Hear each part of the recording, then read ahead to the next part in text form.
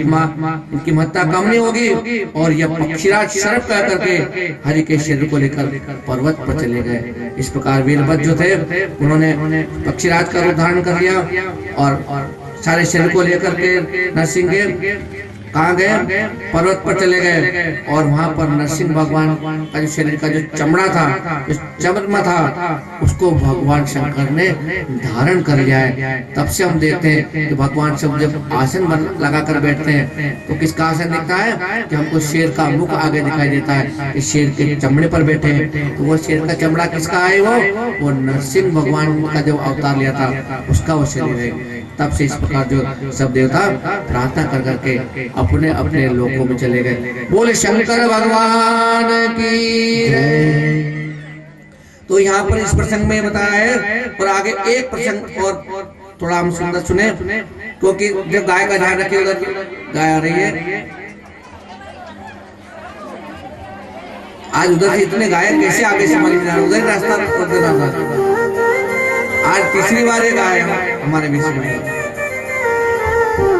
एक बार की बात है, सुमेरु पर्वत पर ब्रह्मा जी बैठे थे और उन्होंने पूछा, ब्रह्मा जी ने बताया कि एक बार संसार की उत्पत्ति का कारण क्या है, अविनाशी अनादि ईश्वर से परे और कोई देवता नहीं है। इसलिए श्री हरि ने समझाते कहा, तुम क्या कर रहे हो, मेरी आज्ञा से तुम सृष्टि का कर्ता बने हो। तो ऐसा कह करके सरासर का अनादर है। इस पर दोनों में विवाद छिड़ गया था। कौन बड़ा, ब्रह्मा बड़े कि विष्णु बड़े। इसकी कथा हमने पहले सुनी है कि दोनों के बीच में भगवान शंकर प्रकट हुए थे। मालूम है, अग्नि का स्तंभ के रूप में। और जब अग्नि का स्तंभ रूप में प्रकट हुए थे और दोनों देवता उनके छोर का पता करने गए थे और छोर का पता नहीं कर पाए, तो ब्रह्मा जी ने झूठ का सहारा लिया था केतकी का फूल को गवाह बना करके कि मैं छोर का पता करके आया हूँ। लेकिन भगवान विष्णु जो जमीन के अंदर शुक्र का रूप धारण करके गए थे, भगवान ने हार मान ली थी कि भाई मैं इस कर्म को नहीं कर पाया, मुझे पता नहीं है। तो उस समय भगवान शिव को बड़ा क्रोध आया था, क्योंकि ब्रह्मा जी जो विष्णु को अपने पैरों में बिठा दिया। और भगवान को जब क्रोध आया था, तो जब भगवान शंकर को क्रोध आया था ना, तो उनके आंख के जो ऊपर भौं होती है, भौं फड़फड़ाने से एक बहुत बड़ा भूत जो भैरव के रूप में प्रकट हुआ था और भैरव को आज्ञा दी थी कि जाओ, ये जो अभिमान का पांचवा सिर है ब्रह्मा जी का, इस सिर को काट दो। और भैरव ने उस सिर को काटा था। तो उसके बाद भगवान शंकर ने भैरव से कहा था कि तुमने पांचों कपाल को धारण करके इसके आश्रित होकर के भिक्षावृत्ति करते हुए अब तुम ब्रह्म हत्या के श्राप को दूर करो। भाई तुमने ब्राह्मण को मारा है, इसलिए अब तुम्हारे ब्रह्म हत्या को दूर करो। और भगवान शंकर ने क्या किया कि ब्रह्म रूपी कन्या को भेजा करके भैरव से बोले, अब तुम अकेले नहीं हो, तुम्हारा नाम तो काल भैरव होगा और तुम्हारे साथ में जो है ये भैरवी रूप में होगी। भैरव और भैरवी का जोड़ा भगवान ने बनाया और आज्ञा दी कि दोनों काशी में पहुंच जाना और काशी छोड़ करके तो कहीं मत जाना। भगवान के शंकर की आज्ञा से कापालिक व्रत धारण करके इसके बाद विश्वात्मा कपाल हाथ में लेवे भैरव काशी पहुंच गया। और उस कन्या ने तीनों लोकों में भ्रमण करके भैरव का पीछा नहीं छोड़ा।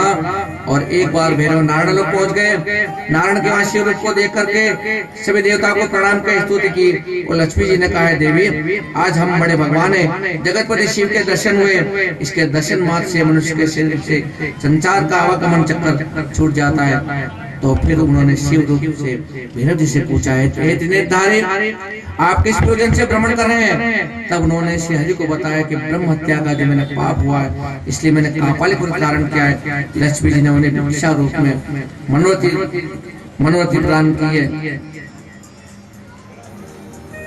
और भैरव जी कपाल रूपी कप्पर लेकर के विद्या लेकर के प्रसन्नता पूर्वक भिक्षा है तो दूसरी जगह को चल पड़े। ब्रह्म हत्या उनके पीछे पीछे चलती रही और काशी में पहुंच करके दोनों कहते पाताल लोक में समा गए।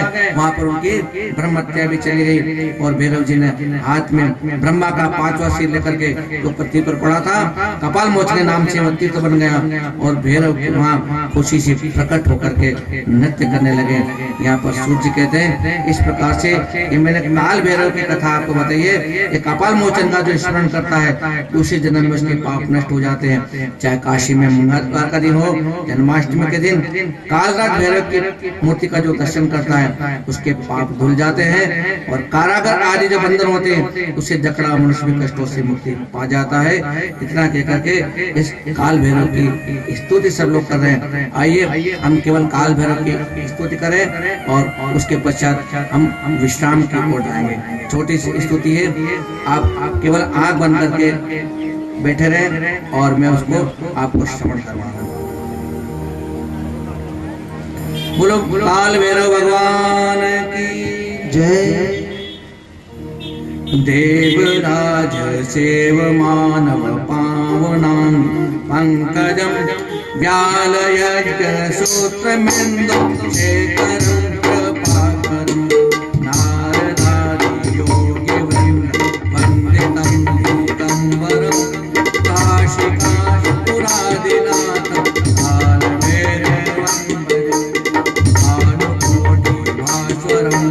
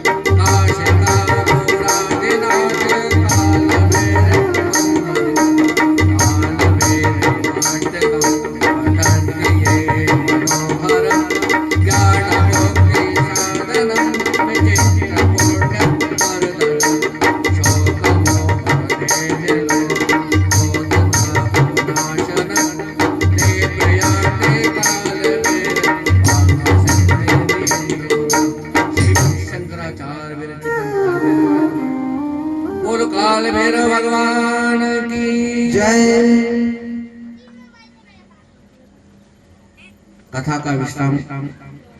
लेकिन आज का एक विशेष अवसर हमारे बीच उपस्थित हुआ है।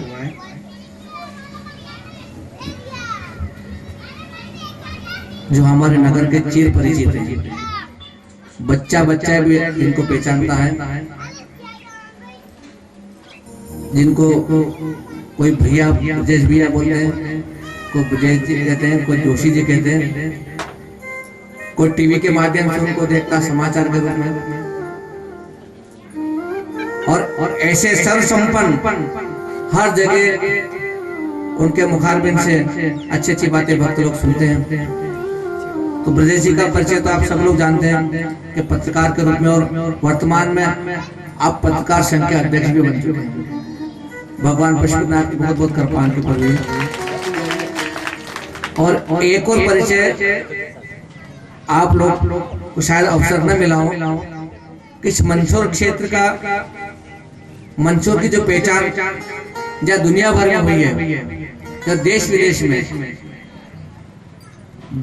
में भी दुनिया में लोग मंदसौर पशुपतिनाथ को जानते हैं, तो उसका जानने का सबसे बड़ा कारण है कि आपके पिताश्री पंडित श्री मदन लाल जोशी शास्त्री साहब जो भागवत कथा के इतने बड़े विद्वान हुए कि देश विदेश में जाकर के कथाओं के साथ में मंदसौर के भगवान पशुपतिनाथ का भी जय जयकार उन्होंने कहा।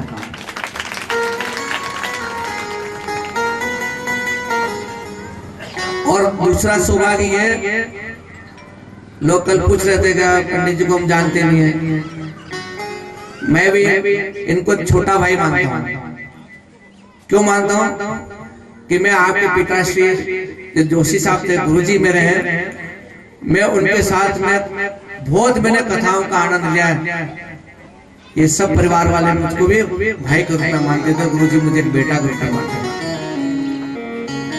तो जो उनकी कृपा थी, उन्होंने हमारी पढ़ाई पर, हमारी बोली पर बहुत हमको डांटा फटकारा। किस लिए कि जब तुम समाज में जाओ तो लोग, जब तुम बोलो तो तुम्हारे बोल जो शब्द है वो बोल तोल तोल के बोलो, और जब देखो जब मीठा बोलो।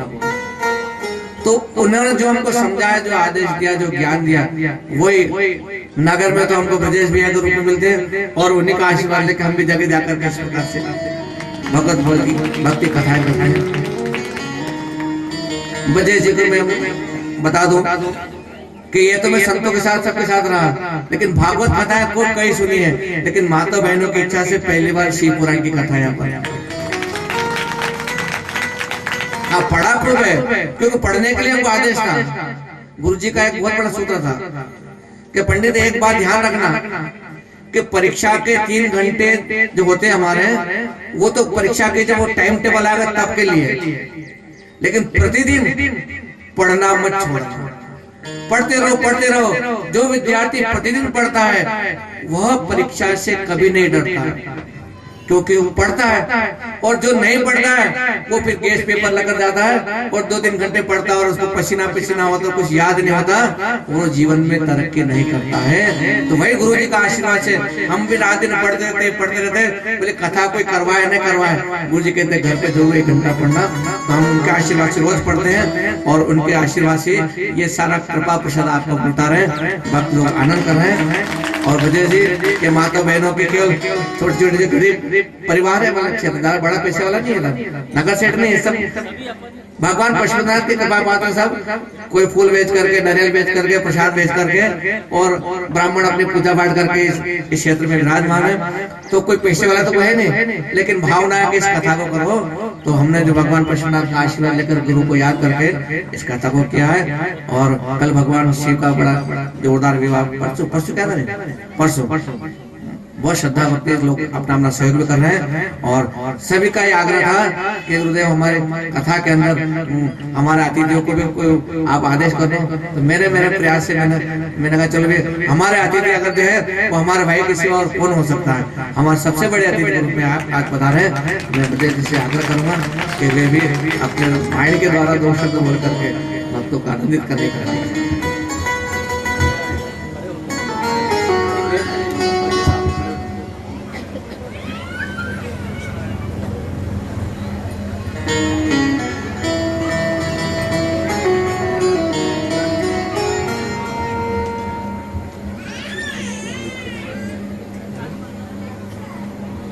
भगवान पशुपतिनाथ के चरणों में कोटिशः नमन। शिव के इस धाम में शिव महापुराण की कथा हो रही है, और आप सब इस कथा का आनंद ले रहे हैं। यहाँ कुछ मिनट से मैं भी आप सबके साथ हूँ। बहुत आनंद और बहुत हम सबको अच्छा लग रहा है। मैं पोथी पूजन के साथ श्री महापुराण पोथी को भी नमन करता हूँ। व्यासपीठ पर विराजित पंडित कृष्ण वल्लभ जी शास्त्री को भी नमन करता हूँ और आप सभी श्रद्धालुओं का भी अभिनंदन करता हूँ जो पूरे मनोयोग से यहाँ इस कथा का श्रवण कर रहे हैं। जैसा पंडित जी ने बताया है, बाल्यकाल से ही जो वातावरण और जो संस्कार देखे और सीखे हैं, निश्चित ही आपने मेरे पूज्य पिताश्री का स्मरण किया है। मुझे अच्छी तरह से याद है कि पिताश्री का बाहर बहुत प्रवास होता था।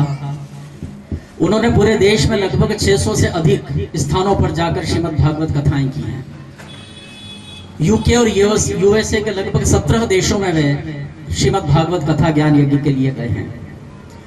और मुझे यह भी पता है कि भारत के विभिन्न प्रांतों में जब भी वे गए, कई बार पंडित जी भी उनके साथ कथा और श्रवण करने के लिए, सेवा के लिए आप भी गए हैं। संदीप जी भी गए, संदीप जी भी गए, आप भी गए सूरत। तो पिताजी के बारे में तो बहुत कुछ आपने बताया ही है, लेकिन मैं तो शिव महापुराण की इस कथा के अवसर पर आप सबसे एक ही बात कहूंगा। ब्रह्मा, विष्णु और महेश, तीन देवताओं को हम सब याद करते हैं। ब्रह्मा जी के दर्शन करने हो तो हमें ब्रह्मलोक जाना पड़ेगा, वो पृथ्वी पर नहीं है। विष्णु जी के दर्शन करने हैं तो हमें विष्णु लोक जाना पड़ेगा, वो भी पृथ्वी पर नहीं है। लेकिन यदि हमें भगवान शिव के दर्शन करने हैं तो हम कैलाश पर्वत जा सकते हैं, जो कि हमारे पृथ्वी पर ही है। तो शिव महापुराण की जो ये कथा हो रही है, तो आप ये पक्का समझ लीजिए कि कैलाश से भगवान शिव स्वयं यहां पर पधारे हैं और आप सबको आशीर्वाद दे रहे हैं। क्योंकि विष्णु जी को आने में समय लगेगा, विष्णु लोक से आएंगे, ब्रह्म लोक से ब्रह्मा जी को आने में भी समय लगेगा, लेकिन भगवान शिव तो हमारे सबके बहुत नजदीक हैं, इसी पृथ्वी पर हैं। चाहे वे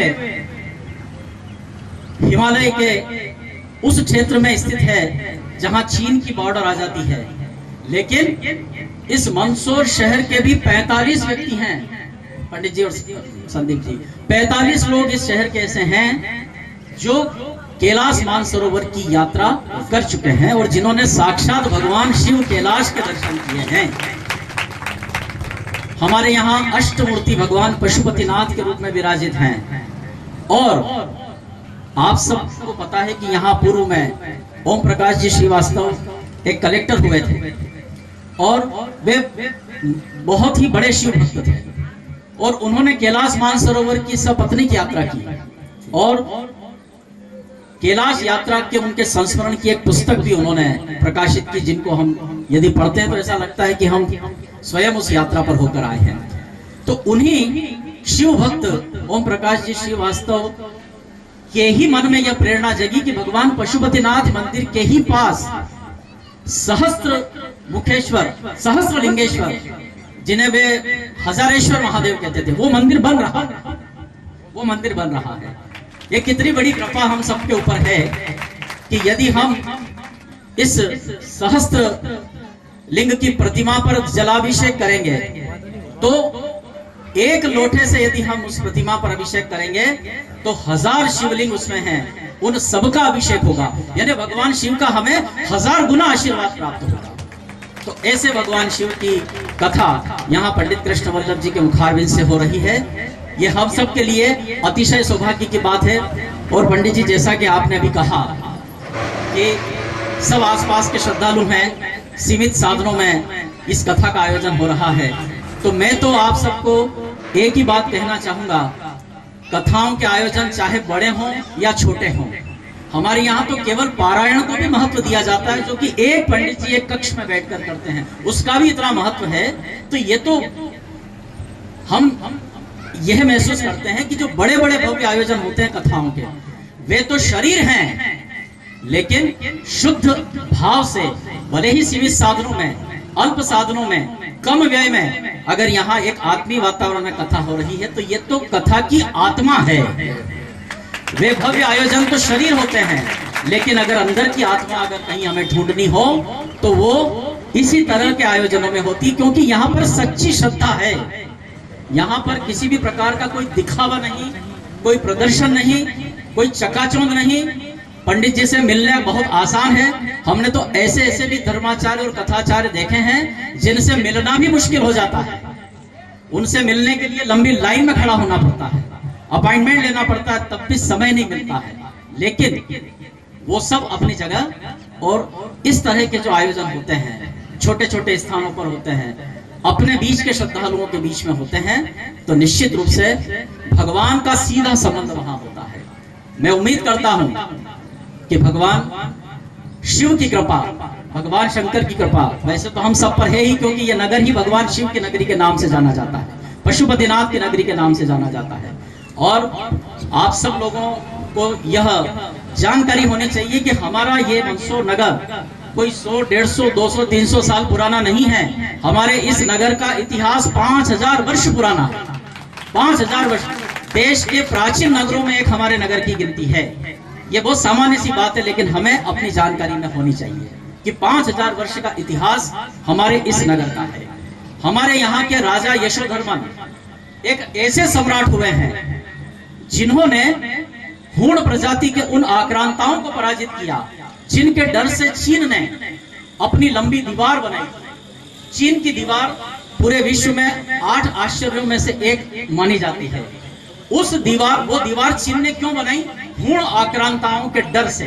लेकिन जिनसे चीन डरा, उन आक्रांताओं को हमारे मंदसौर दशपुर जनपद के सम्राट यशोधर्मन ने पराजित किया। और उसका प्रमाण यह है कि आज भी आप यदि सौंदनी नामक स्थान पर यदि जाएं तो सौंदनी में विजय स्तंभ बने हुए हैं। वो विजय स्तंभ यशोधर्मन कालीन विजय स्तंभ हैं, क्योंकि जब भी कोई राजा किसी बड़े आक्रांताओं को पराजित करता था तो उस विजय के उपलक्ष्य में एक स्थायी स्मृति चिन्ह किस रूप में हो तो वो विजय स्तंभ होता था। इस पूरे मालवा और मेवाड़ में चित्तौड़ के विजय स्तंभ के बाद यदि कहीं और विजय स्तंभ है तो वो केवल और केवल हमारे मंदसौर में है। तो इतना इतिहास हमारा है।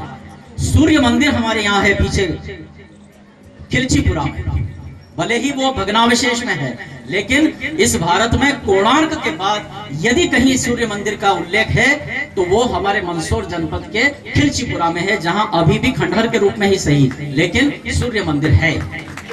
हमारे मंदसौर की बहुत विशेषताएं हैं। हम सब सौभाग्यशाली हैं कि हम एक ऐसे नगर में रहते हैं जिसका इतिहास गौरवशाली है, प्राचीन है, और भगवान पशुपतिनाथ का हमें आशीर्वाद प्राप्त है। और पशुपतिनाथ के संदर्भ में ये बात मैं आप सबको जरूर कहना चाहूंगा कि भले ही यह मूर्ति 1940 में शिवना नदी से निकली हो और भले ही इसकी स्थापना 1961 में हुई हो, लेकिन 5000 वर्ष पुराना महाकवि कालिदास का इतिहास है। यहाँ पर कालिदास समारोह का भी आयोजन आगामी 6 और 7 मार्च को होने वाला है। उसकी तिथियां कल ही आई है। तो महाकवि कालिदास ने अपने मेघदूत काव्य में एक श्लोक में जो वर्णन किया है, उससे यह सिद्ध हो जाता है कि ये कितना पुराना और प्राचीन नगर है और कितनी पुरानी मूर्ति है।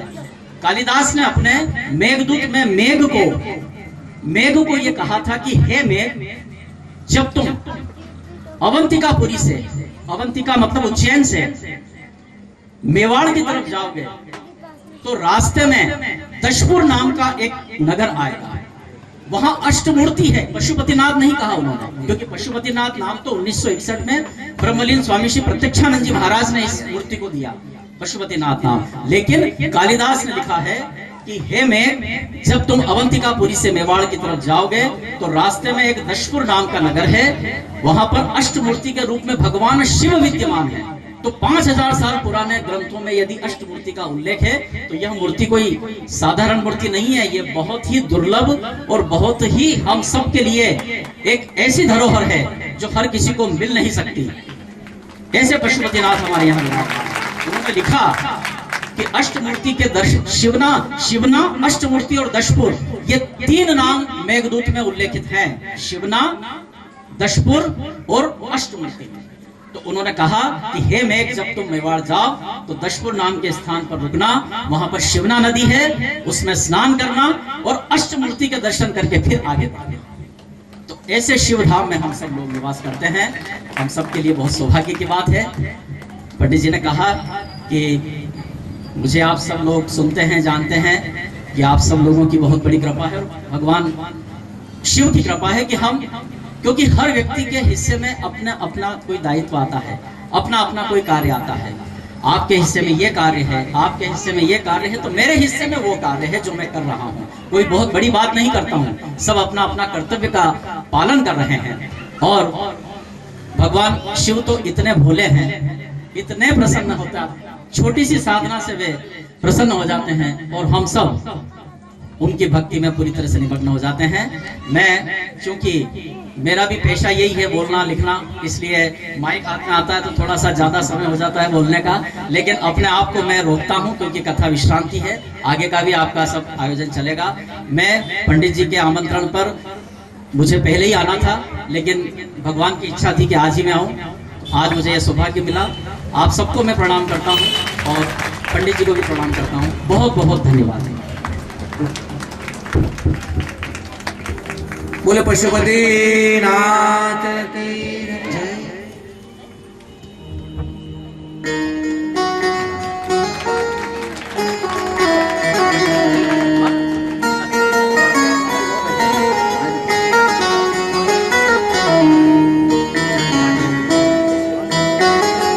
अभी हमारे ब्रजेश भैया ने मंदसौर का आध्यात्मिक इतिहास भी आप लोगों को बता दिया कि मंदसौर नगरी क्या थी, कैसी थी। पीछे का नहीं दिख रहा है, पीछे और कई अच्छे अच्छे स्मरण थोड़ा और ऊंचा करना जिनको हम लोग नहीं जानते हैं वो भी ब्रजेश भैया ने बताया। आप सब जानते हैं कि आज कथा का हम 6वां दिन माना है और कथा का विश्राम हमने किया है। पहले दिन प्रसाद कौन लाए, कितनी लाए, मन में से विचार कर रहे थे, लेकिन आज 6ठे दिन तक प्रसाद हाथ में, दो हाथ में, मुंह में।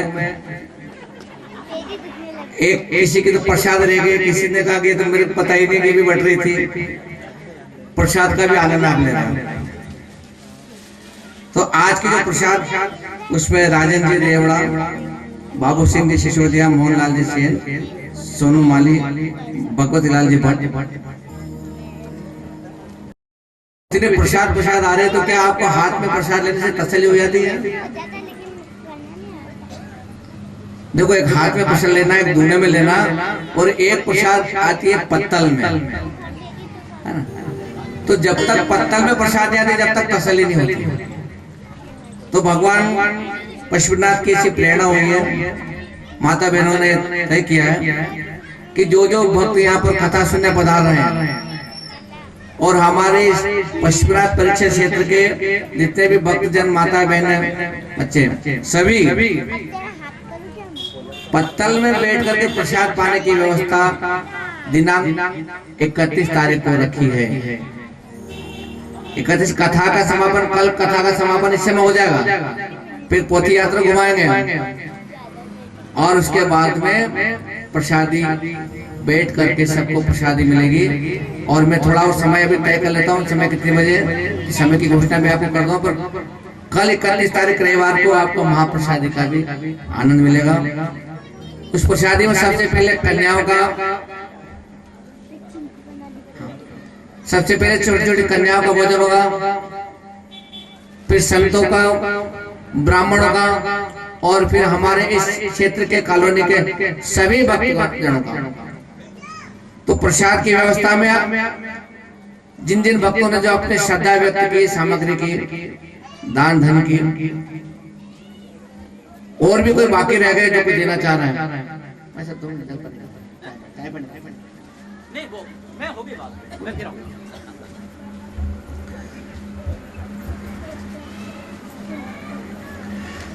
तो हम सब कल बैठ करके हम सब प्रसाद ग्रहण करेंगे। माता बहनों से ही आग्रह, कल का अंतिम दिवस रहेगा कथा का, इसलिए हम अंतिम दिवस हम समय पर कथा सुनना है, क्योंकि कल हमको पोथी भी घुमाना है, पोथी का पूजन भी करना है, स्वागत सत्कार, मेहमान साधु संत भी और आ सकते हैं, सबका सम्मान करना है। तो आप सब अपने पूरे तैयार से कल आवे। हाँ, प्रातःकाल कल हवन होगा। कल सुबह जो पूजन होने के बाद में हवन होगा, और हवन में बैठने वाले भी शायद तय हो चुके हैं जो हवन में बैठेंगे। केवल पोथी पूरी विराम होने के बाद में उसकी हम पूर्णाहुति कर लेंगे, और उसके बाद पोथी का परिक्रमा होगी। आइए, जो हमारा रोज का नियम है 2:30 बजे का, आज 3 बजने वाली है। चाय का समय हो चुका है, पहले चाय पी करके वापिस आवे, क्योंकि हाँ नाचने के लिए भजन गाए, भजन गाने वाले बैठे हैं। आपको भजन देखो क्या है कि हमारे संगीत वाले इतना बढ़िया बजा रहे हैं कि सबकी इच्छा होती है कि बार अच्छा कोई नाचने का। तो और राजा भैया हमारे राजा भैया भी आ गए हैं, ये भी भजन सुनाएंगे। पर कम से कम चाय पीने के लिए आपने उठो, तो हमको तो उठने तो पेट सीधा करने के लिए। तो अब हम 10 मिनट का विश्राम करते हैं, और विश्राम के बाद वापस अपने आसन में बैठेंगे।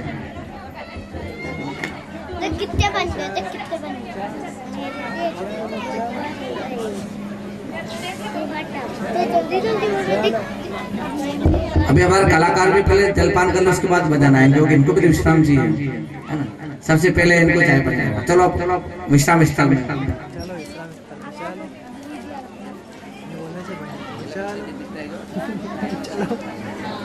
चलो इतना विस्तार चलो यहीं घूम लेंगे इधर से उधर, जिसको आगे कराना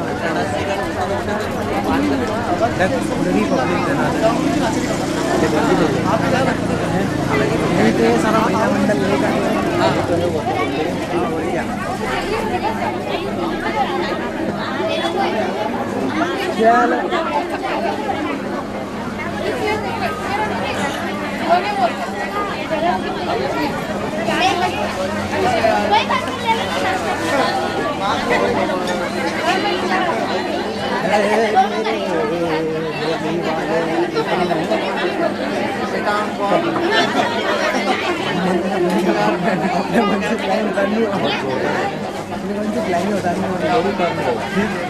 उसी को उतारेगा, अपने को टिकट बुक कराएगा।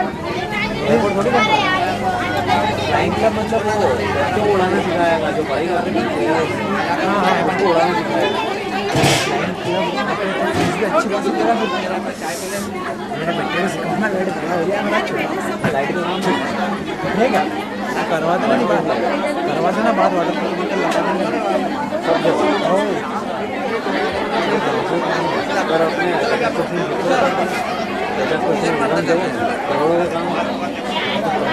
सब जाएंगे अपने पास पार्टी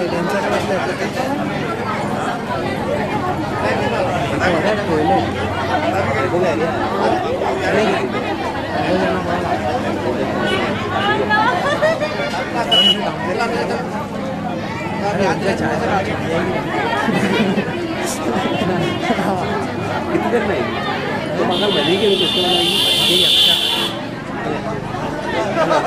ये भी लगती है। ये भी क्या बोलेगी, मम्मी है, काजल की मम्मी है, काजल की दादी है, काजल नहीं आई कल आई कल परसों आई थी, कल आखिरी है परसों में तो खाने चला गया था, लास्ट में आती है क्या खा रहे देखते तो यहाँ पे यहाँ सामने गाड़ी खड़ी मैं कहता हूँ चल क्या है अब तो जल्दी ऐसी देखेगी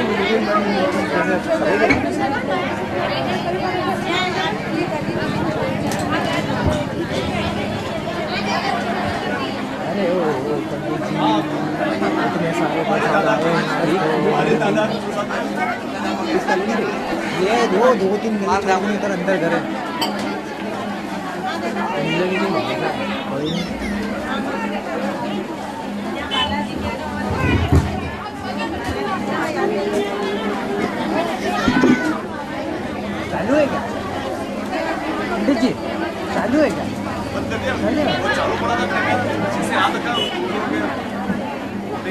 बढ़िया करा।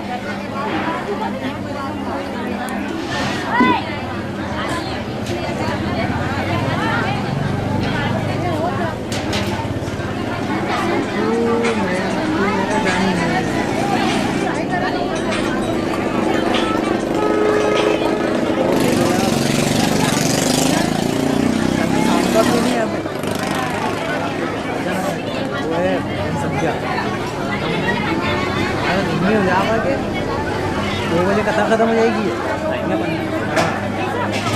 संडे निकल और क्या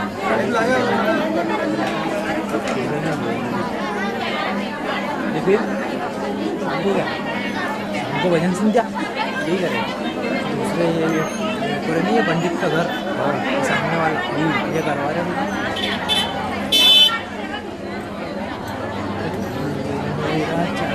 और वो काम एक नंबर थी वो एयरपोर्ट वाला के बता दो तो जल्दी हिसाब करके दूँगा उसको ऐसा संड करके तो दूँगा। कल डिस्कशन में गया था ना सदर वो बोला मेरे को कोई मतलब नहीं इसको जल्दी जल्दी 1 करोड़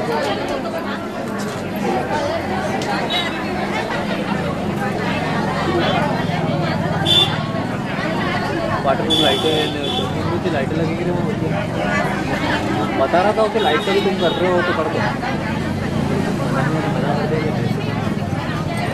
हाँ करने रहने ने मदन भैया को बोला कि है कितना आदमी तो सब कर देगा वो बहुत ज्ञानी है बाकी 5 तारीख को आएगा फिर उत्तराखंड का रहने वाला है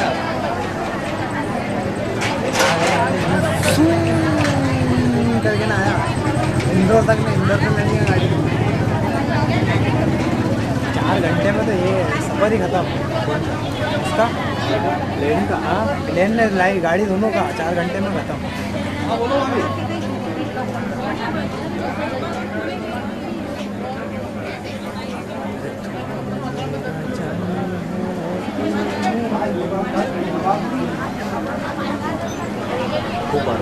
मालिक है उसी घर पे बात कर रहा है ना भैया फोन पे डन कर रहा है तो सब कुछ वायरिंग तार केबल सब फोन पे हमारे सामने डन कर रहा है। हाँ बिल भी रहा भेज की जाए फोन पे काम हो रहा है तो उसके रेट उसके हिसाब से लगा रहा वो इस पर 45 बता रहा 45 ऐसा काम है।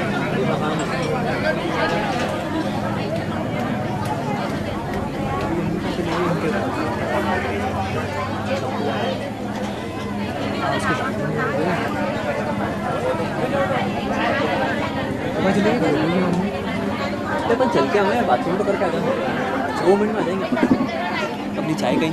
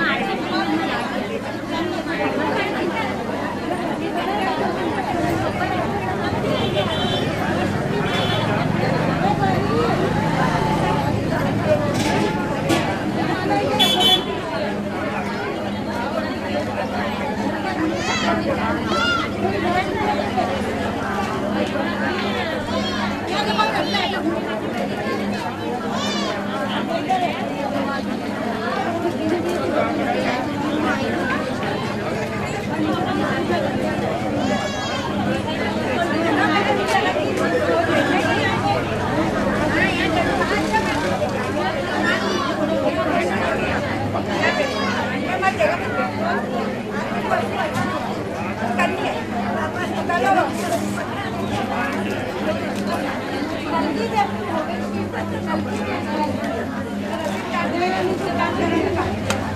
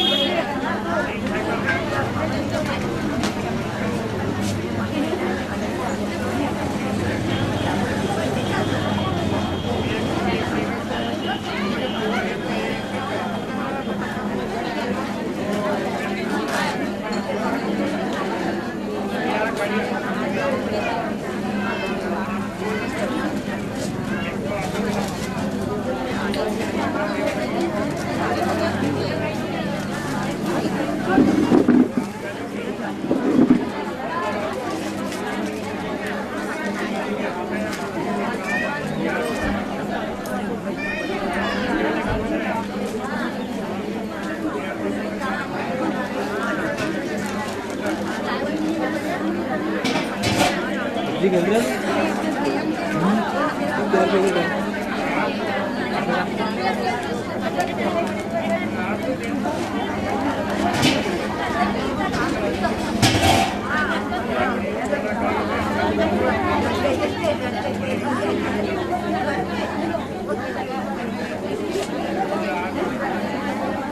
ये बन रहा है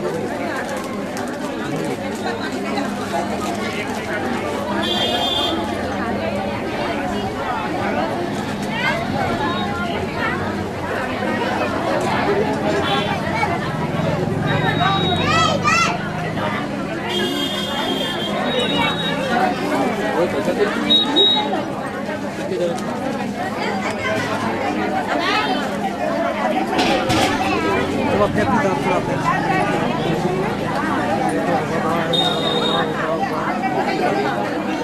नीचे से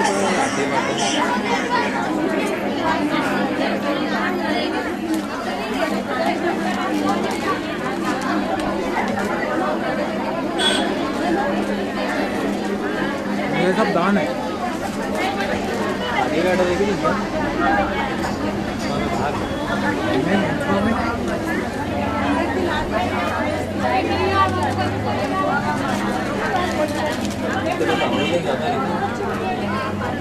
बगल जमीन नहीं मिले यार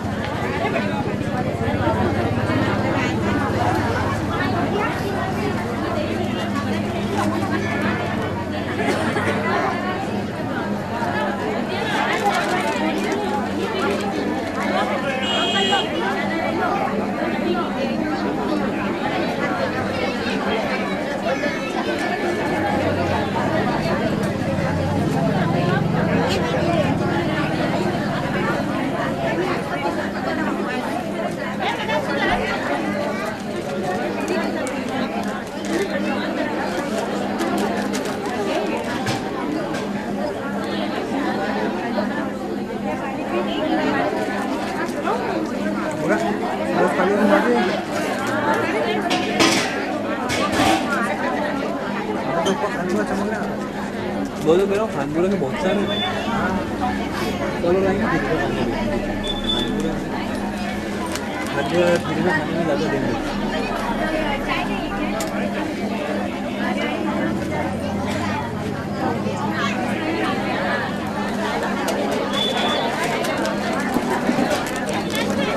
Yo,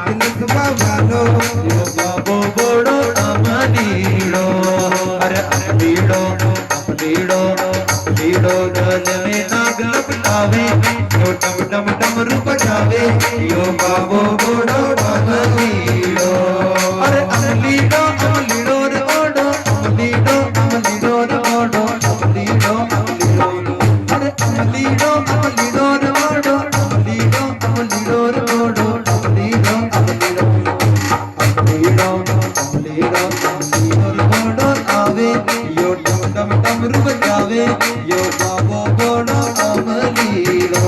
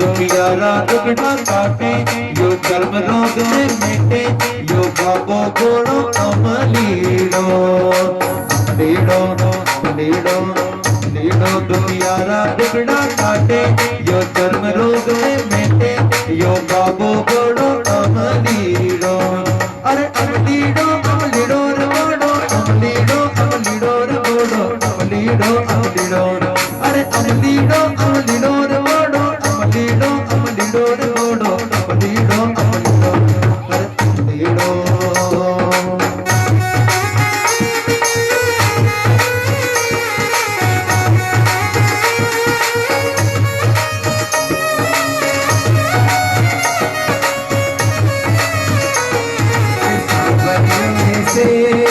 सांवरियों से तुम्हारी राधा जी से ठानी है सांवरियों से सांवरियों से तुम्हारी राधा जी से ठानी है और गाने रानी है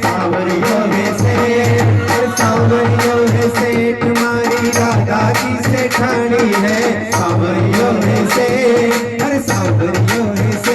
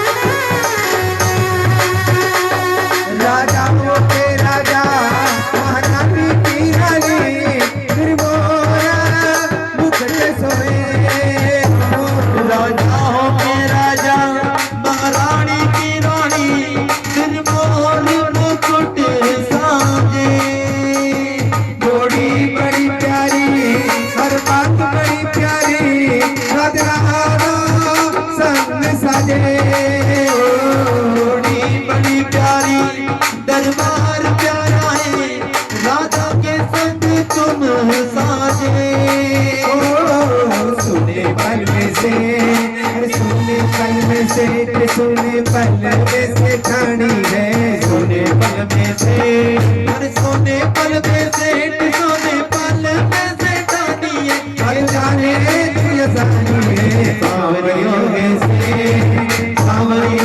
से तुम्हारी राधा जी से ठानी है सांवरियों में से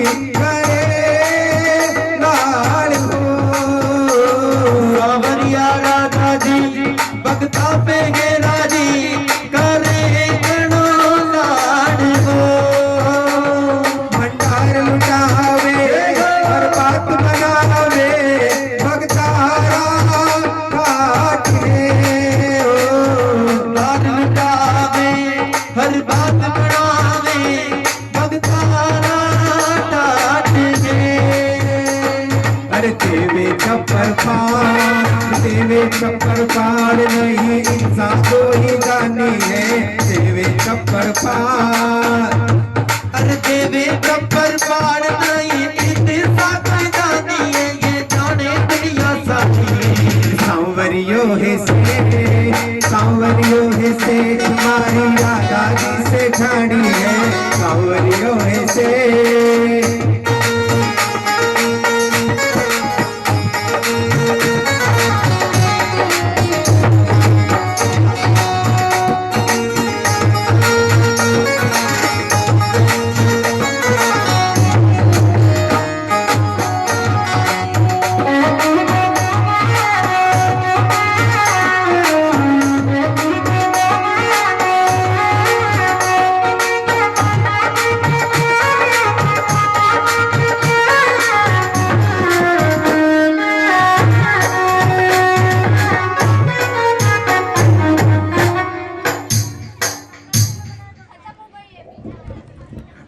और अंत में अब आती करा अरे बोले श्री कृष्णचंद्र भगवान की जय। सभी श्रद्धा और भाव के साथ हरे नाम का संकीर्तन। कृष्ण गोविंद हरे मुरारे, हे नाथ नारायण वासुदेवा। कृष्ण गोविंद हरे मुरारी, हे नाथ नारायण वासुदेवा। श्री कृष्ण गोविंद हरे मुरारे, हे नाथ नारायण वासुदेवा। श्री कृष्ण गोविंद हरे मुरारी, हे नाथ नारायण वासुदेवा। हे नाथ नारायण वासुदेवा, हे नाथ नारायण वासुदेवा। हे नाथ नारायण वासुदेवा, हे नाथ नारायण वासुदेवा।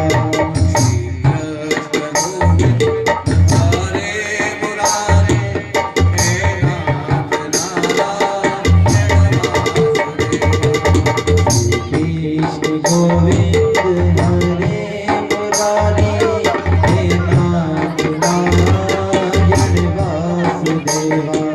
हे नाथ नारायण वासुदेवा, हे नाथ नारायण वासुदेवा। हे नाथ नारायण वासुदेवा।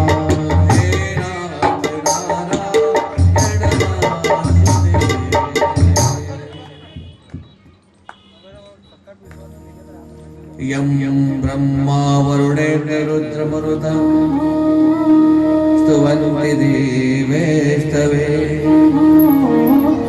वेदे साङ्गपदक्रमोपनिषदे गायन्ति यं सामगा। ध्यानावस्थितगतेन मनसा पश्यन्ति यं योगिनो, यश्चान्तं न विदुषुरासुरगणा, देवाय तस्मै नमः। यश्चान्ते च विभाति भूतरसुता, देवापदामस्तके। भाले बालविदुर्गले च कर्णं, यशोरसी गालिना। सोऽयं भूतिविभूषणः सुरवरः, सर्वाणीप सर्वदा। सर्वा सर्वगता शिवा शिशिनिभं, श्रीशङ्कर पातु माम्।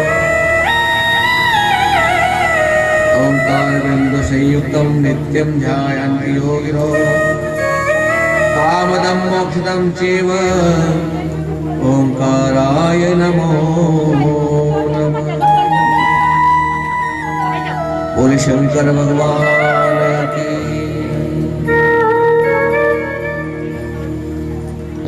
लोकाभिरामम् वरणरङ्गधीरं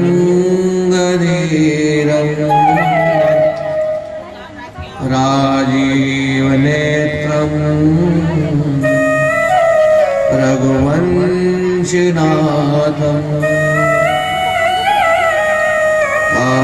कारुण्यरूपं करुणाकरन्तं श्रीरामचन्द्रं शरणं प्रपद्ये मनोजवं मारुततुल्यवेगं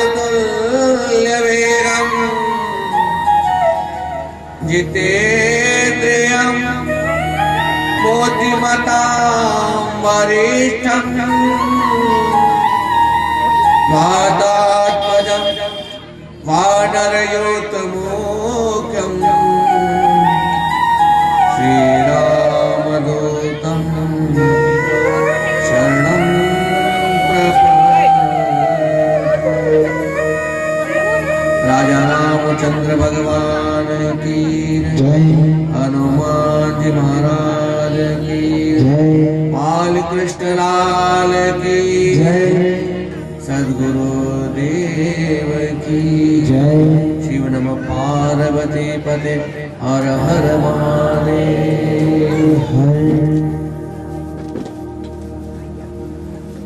सभी संकीर्तन दोहराए हैं। राजा